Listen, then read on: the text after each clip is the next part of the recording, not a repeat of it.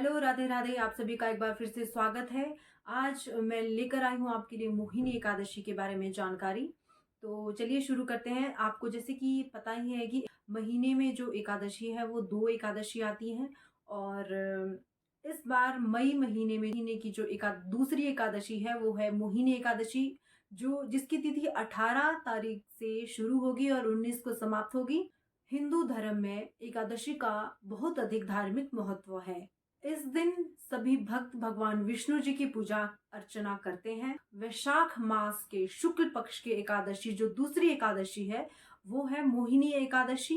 इस बार जो है मोहिनी एकादशी का व्रत 19 मई को किया जा रहा है। इस दिन मोहिनी एकादशी की कथा का श्रवण और इसे पढ़ना चाहिए। एकादशी जो है वो विष्णु भगवान को समर्पित है। मोहिनी एकादशी के दिन भगवान विष्णु और माता लक्ष्मी जी की पूजा की जाती है।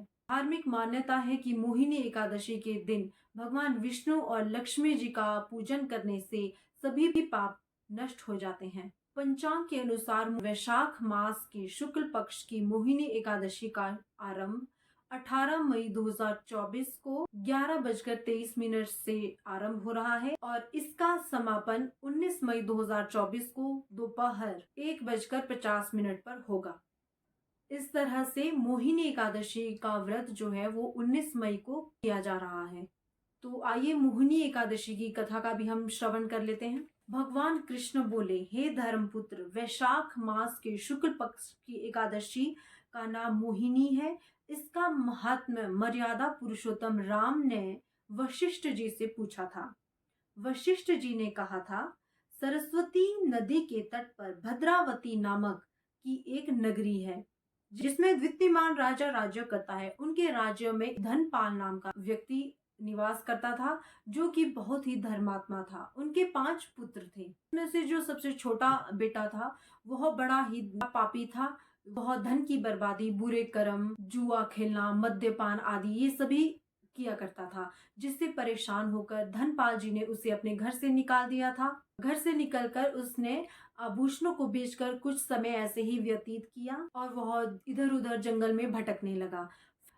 इधर उधर भटकने लगा और उसने चोरी करना शुरू कर दिया और उसे राजा के लोगों ने पकड़ लिया और उसे बंदी बना लिया। कुछ समय वह बंदी बनकर जेल में रहा। उस वहां से निकलने के बाद वह इधर उधर भटकता रहा। वह वन में पशु पक्षियों का वध करता था और उनको खा करके अपना पेट भरता था।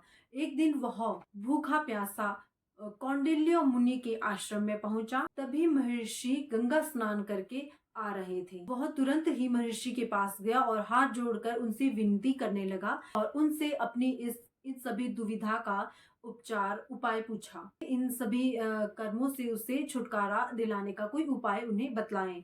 तो महर्षि ने उन्हें मोहिनी एकादशी का व्रत करने के लिए कहा। महर्षि के द्वारा कहे अनुसार उसने वैसा ही किया। मोहिनी एकादशी का व्रत किया और सभी पापों से उसे मुक्ति मिल गई। अंत में वह मोहिनी एकादशी के प्रताप से पाप रहित होकर के विष्णु लोक को प्राप्त हो गया।